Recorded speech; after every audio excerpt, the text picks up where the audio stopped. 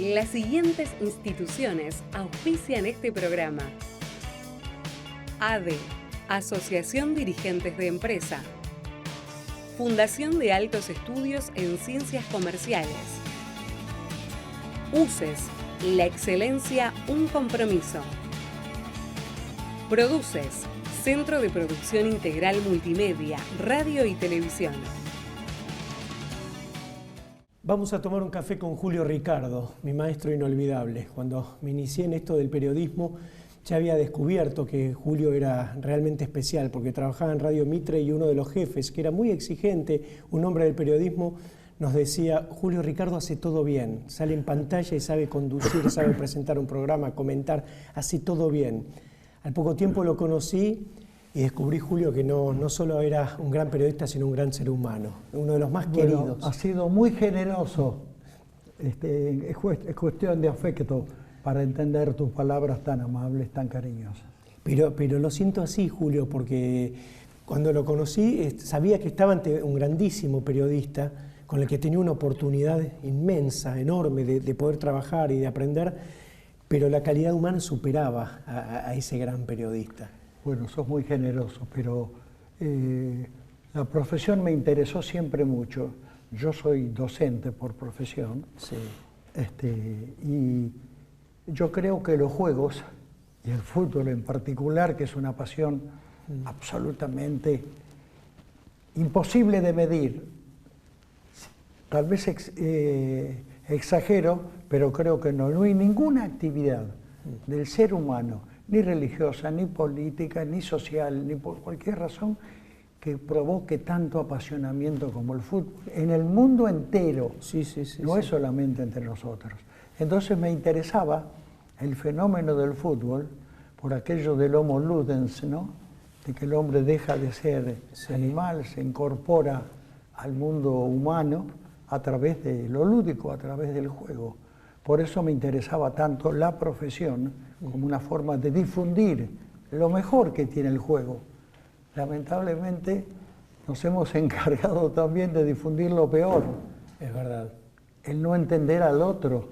El otro, esto en los juegos habituales, no es un enemigo. El otro es un adversario al que hay que ganarle, pero es un adversario, no un enemigo. Y acá hemos potenciado como un enemigo. Y eso me preocupaba mucho. Entonces me zambullí mucho en la profesión del periodismo con la intención de ayudar a comunicar esto, ¿no? De que yo te aseguro que los juegos son el instrumento pedagógico más importante que tiene la educación. Si lo usamos bien. Ahora, si potenciamos lo peor, claro, es al revés, ¿no? Y lo dice una persona que se dedicó a la educación, que es maestro de escuela, como usted, Julio, y que además habrá tenido de parte de su padre, que fue un pionero en esto del periodismo deportivo y en la enseñanza, en la educación, habrá tenido una influencia. Sí, tenés razón. Yo creo que esto es hereditario. Sí. Empezó con mi abuelo, que llegó de España siendo un chico de 4 o 5 años. Mi padre y mis tíos también, todos salieron periodistas, pero por vocación. Y mi padre tuvo una gran vocación por el periodismo deportivo, con la fundación del Círculo y la formación de la Escuela de Periodismo Deportivo, que fue la primera escuela, según dijo Avery Brundage, que era presidente del Comité Olímpico Internacional, la primera escuela de periodismo deportivo del mundo. Todavía sigue funcionando. Gracias a Dios. Alguna vez me dijo Julio que su padre veía en aquellos años, hace ya bastante tiempo, ¿no?, que los periodistas muchas veces se peleaban, incluso de país a país, y que esto no podía suceder, que el periodista tenía un rol que estaba por encima del hincha, del simpatizante, del apasionado observador. Incluso fue una generación que trabajó mucho para formar la Federación Argentina y la Federación, que fue una confederación panamericana de periodismo deportivo. Se inició en Chile, lo continuaron esa generación de periodistas argentinos, todos muy conocidos, todos realmente gente muy capaz, y expandieron la idea de agrupar al periodismo para fundamentalmente esto, que se potencie el mensaje del deporte. Claro.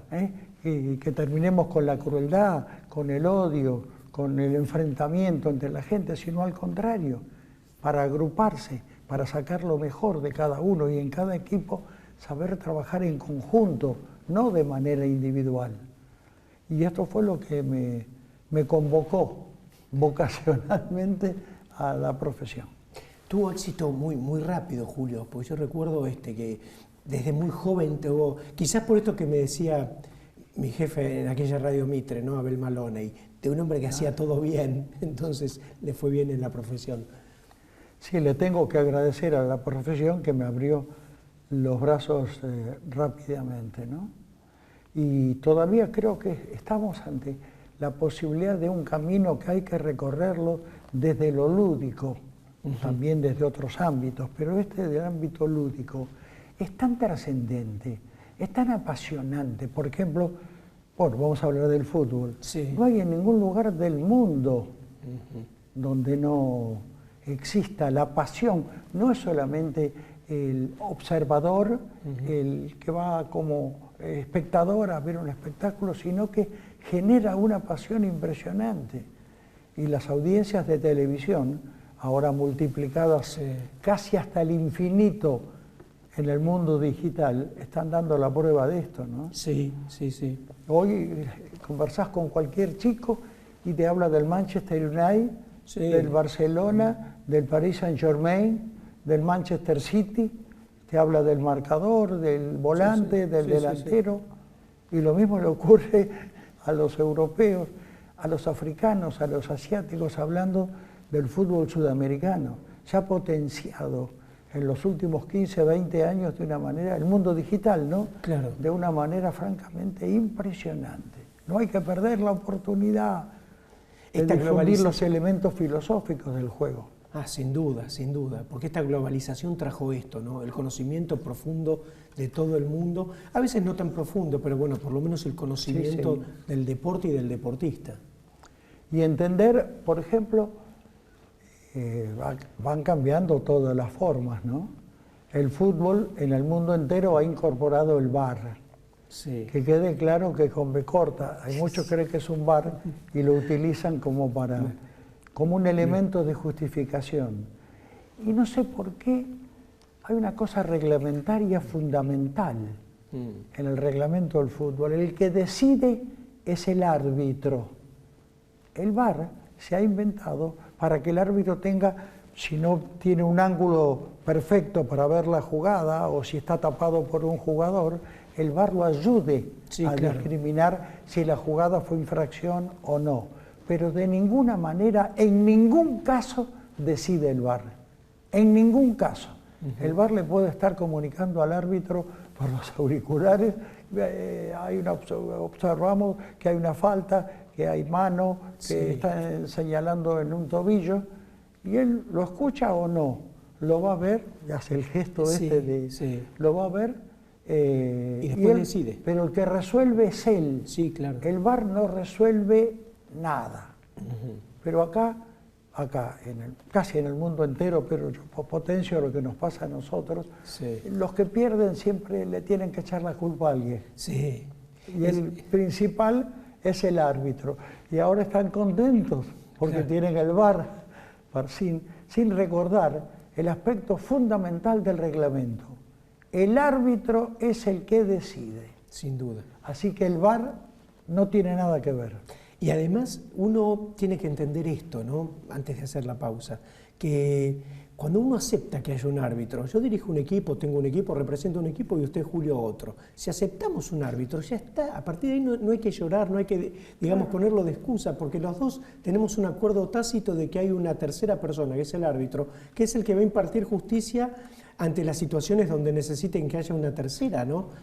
Se juega el fútbol entre amigos y no hay árbitros, y no hay demasiados problemas. A veces se discute una jugada, pero el fútbol amateur, el que yo juego con mis amigos, el que usted ha jugado toda su vida, se juega sin árbitro.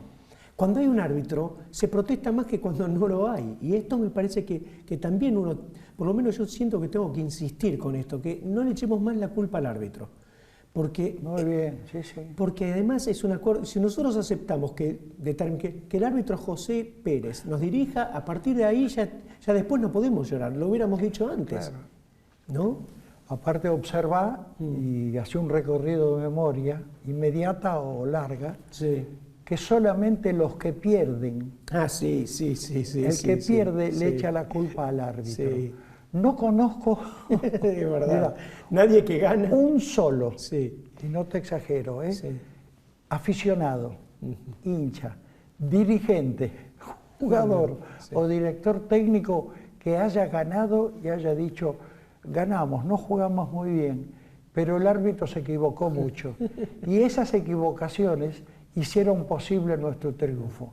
Ni una sola vez. En cambio, tengo miles, millones de perdedores que la culpa siempre la tiene el árbitro. Y hay una organización en contra nuestro y usan los árbitros, ¿no? Así es. Le pido una pausa, Julio. Sí, cómo no. Seguimos la charla con Julio Ricardo.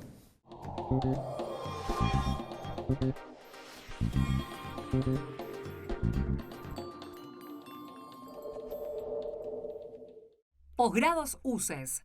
Diplomatura en Marketing de Alimentos y Bebidas. Gerenciamiento Comercial y Ventas. Marketing Digital y Community Management. Y Líder Ágile. UCES. La excelencia, un compromiso. Ediciones WH. Obras y novelas contemporáneas. Edición y comercialización integral. Consultas a nardoseditorial@gmail.com. Un puñado de murmullos. Historias de pugilistas y soñadores. Un libro que bucea por la vida de tantos boxeadores que persiguen sus sueños detrás de un puñado de murmullos. Pedidos a universodeportivo@hotmail.com.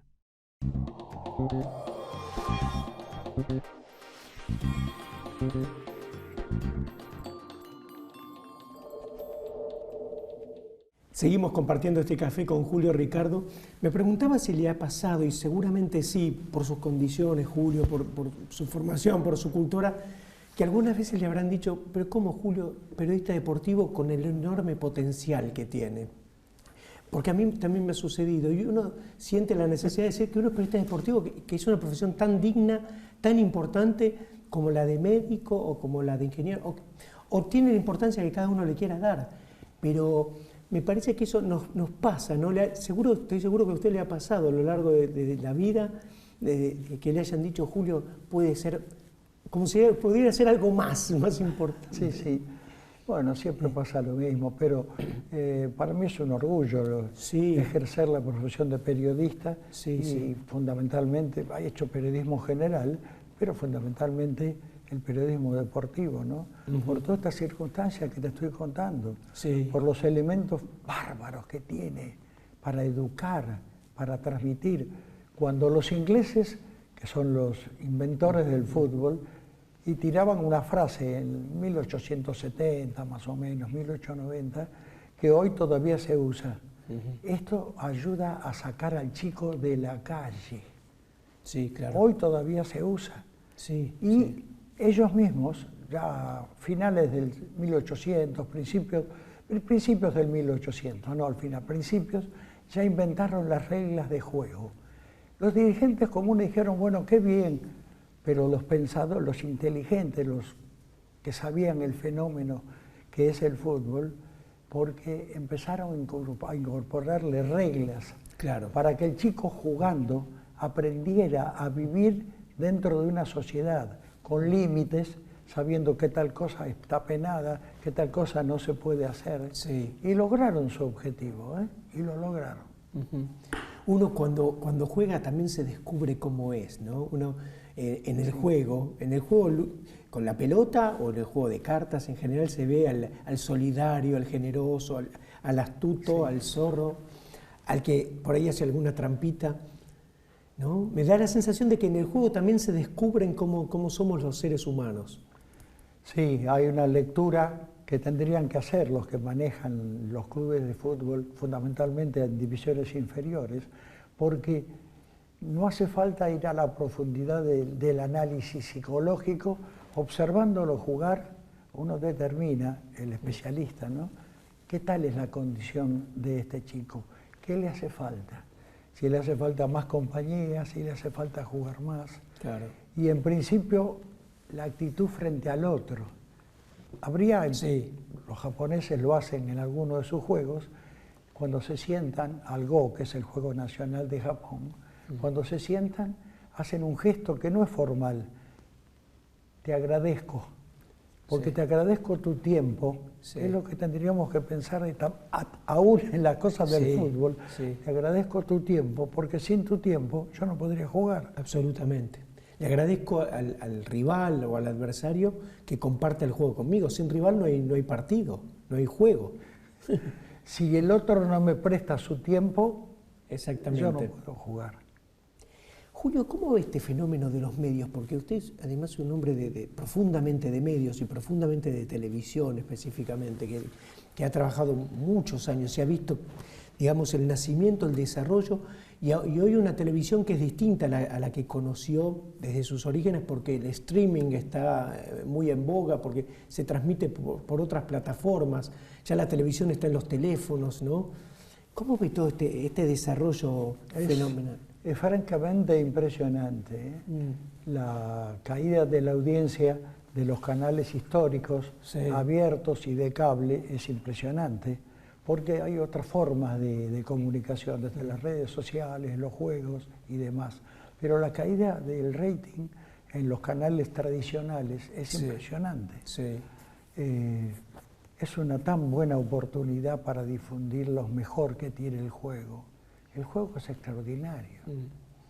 Es fascinante. Mira, cada vez que hablo de estas cosas me recuerdo más, bueno, me acuerdo mucho de las escuelas, de los colegios primarios, para que los chicos empiecen a respetar al otro. Hay 3 personajes en la historia de la humanidad que yo admiro. Uno es Mahatma Gandhi, otro es Nelson Mandela, pero Mahatma Gandhi logró la independencia de la India, de un imperio tan poderoso y tan cruel como el inglés, sin derramar una gota de sangre. Mandela, después de 30 años de estar preso a trabajo forzado, en Sudáfrica, cuando es elegido presidente, evitó la revancha de la... Buscó la unificación. Total. Y lo logró, ¿eh? Lo logró. Y José Mujica, que fue presidente de Uruguay, que me encanta escucharlo, transmitir ese mensaje de entender al otro, de terminar con la crueldad para poder vivir. Y el juego tiene todos esos elementos. ¿Por qué se desaprovecha? ¿Por qué se desaprovecha? Y ha pasado a ser, por otra parte, un manejo económico impresionante, pero impresionante. Por ejemplo, en la Copa Europea repartieron 400 millones de euros. Acá en la Copa de la Conmebol apenas 80 millones de dólares. Pero bueno, porque son mayor cantidad de gente también, ¿no? Claro. Porque la difusión de esto es de tal magnitud y los medios de comunicación, la televisión sigue gravitando tanto, pero la sponsorización, los medios económicos que giran alrededor de todo esto, es de tal magnitud que lo han transformado, me parece, en uno de los negocios más grandes. Y sí, indudablemente, porque tiene una carga horaria muy grande. Cuando nosotros trabajábamos en Canal 11, el deporte ocupaba un lugar, un espacio, pero hoy son 24 horas continuado, ¿no? En las cadenas de cable y demás. Y ese espacio es lo que también refleja el aumento del negocio, ¿no? La repercusión que tiene. Y esto a mí me genera cierto temor, porque hay algunas intenciones de privatizar el fútbol en la Argentina. Levantan la vista, ven Europa y ven que un magnate africano o asiático va y compra el Paris Saint-Germain, otro compra al Manchester United o al Manchester City, y acá hace unos años, no sé por qué, se terminó con el nombre propio de Campeonato Argentino de Fútbol, auspiciado por la Asociación del Fútbol Argentino. Hace 5 o 6 años empezó a llamarse Superliga, e incluso no se manejaba de la calle Viamonte, donde históricamente nosotros hacíamos el hay que ir a la calle Viamonte para información, Sí. había que ir a Puerto Madero. Ahora se terminó con esa historia y lo tiene otra vez la AFA. ¿Pero por qué ha creado esta liga de fútbol profesional? Y tiene este nombre propio. Es porque hay intentos, evidentemente, viendo el volumen de negocio que es esto, de privatizar. Acá les va a resultar muy difícil. ¿Sabes por qué? Porque los clubes son de los socios. Los clubes en la Argentina cumplen una tarea social y los clubes son de los socios.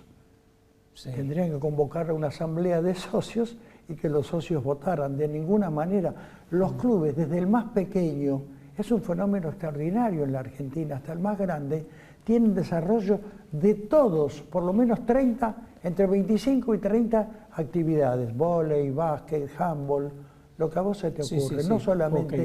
No solamente es el fútbol, porque cumplen una tarea social. A la sombra de la potencia del fútbol grande, generan para que los chicos hagan deportes, jueguen. Es lo que hablábamos al principio, ¿no? Sacar al chico de la calle, ¿no? Y muchas veces cuando va al club de barrio incluso, sale de la calle y de los peligros que allí existen, de las tentaciones, ¿no? De las malas compañías, que a veces es necesario un club, no solamente un club de fútbol, un club de barrio o una institución donde pueda realizar algún deporte o alguna actividad social y salga de esas tentaciones, ¿no? De esos peligros. Claro. Todavía aquella frase de los inventores del fútbol, para que sacar al chico de la calle, sigue teniendo vigencia. Pero en la Argentina, un fenómeno francamente extraordinario, los clubes han crecido, son de los socios, no tienen propiedad privada, son de los socios. Entonces acá les va a resultar muy difícil, están haciendo maniobras, Superliga, Liga Profesional de Fútbol, están haciendo maniobras a ver de qué forma, porque son los socios los que resuelven qué pasa con el club. Y los clubes, desde el club más humilde, hablo de los clubes de fútbol, hasta los más poderosos, vos te enterás, por ejemplo, Vélez Arfield. Digo esto no por hacer centro en un club. Tiene una villa olímpica que es extraordinaria, donde se practican todos los deportes, en River, en Lanús. Vélez, por ejemplo, ha tenido también grandes dirigentes, porque que lo han hecho crecer mucho, desde Amalfitani hasta la época, ¿no? Y eso también es importante, Julio, que los socios puedan tener representantes cabales, porque también han tenido representantes que los han llevado en algunos casos a la quiebra. Claro, sí. Entonces, mal manejo de todo esto, pero la semilla que sembraron aquellos, y vos nombrabas a Amalfitani, la semilla esa ha germinado. Y entonces los clubes son de los socios. Entonces acá no los van a poder vender. Y es una prueba, están haciendo estas maniobras, Superliga, la Liga Profesional, a ver de qué manera le sustraen el fútbol profesional al club, porque el negocio es de tal magnitud que hay muchos intereses ocupados y con ganas de hacerse dueños. Las siguientes instituciones auspician este programa: ADE, Asociación Dirigentes de Empresa; Fundación de Altos Estudios en Ciencias Comerciales; UCES, la excelencia, un compromiso; Produces, Centro de Producción Integral Multimedia, Radio y Televisión. Para mí es un mundo extraño, es un mundo extraño, pero evidentemente el mundo digital se ha hecho dueño de la comunicación, ¿no? Y esto ha cambiado las reacciones y las relaciones. Hoy está todo demasiado cerca, demasiado próximo. Ya no hay aquella Europa de donde vinieron nuestros antepasados, o América del Norte, o África, o Asia. Hoy está todo al alcance de cualquier computadora pequeña. Sí. Por un lado, en esas redes hay libertad de expresión y uno encuentra opiniones, sugerencias, información válida, Sí. Y a veces también hay agravios, insultos, agresiones. Uno puede entrar, bueno, es parte del juego. Muchas veces, ¿eh? Sí, demasiadas. Sí, demasiadas. Y a veces es la cobardía del anonimato. Y del anonimato es aprovechar para insultar, para provocar, agredir, para el manejo de la insidia. Pero también por ahí de pronto yo hay dos personajes que distingo fundamentalmente en el mundo del fútbol. Uno es Marcelo Bielsa, sí, y otro es Javier Castrilli. Creo que son los dos personajes que están en el aquí y ahora marcando cuál tiene que ser el camino, sí, cuál tiene que ser el camino, cómo aceptar el reglamento, hacer cumplir con las reglas, porque es cumpliendo con las reglas, se respeta al otro. Claro, y al sí, respetar al otro, no nos damos cuenta que se está respetando a sí mismo. absolutamente. Lo de Marcelo Bielsa es francamente extraordinario, ¿no? Sí, señor, claro que sí. Marcelo Bielsa tenía una frase que decía que además hacer las cosas bien, dentro de las reglas, de la ley, de las normas, es conveniente. Hasta no solamente hay que hacerlo porque está bien, que es lo que corresponde, porque además conviene porque a la larga uno se evita un montón de problemas. Si uno sale de la ley, sale de la regla, va a tener muchos problemas. Hacer aunque sea porque te conviene, porque es negocio hacer las cosas bien. Claro, claro. Yo recuerdo, no el Leeds que está dirigiendo ahora el equipo anterior, hay un jugador adversario que cae en el campo de juego lesionado. El árbitro no lo advierte y sigue el juego y su equipo, el equipo de Bielsa, marca un gol.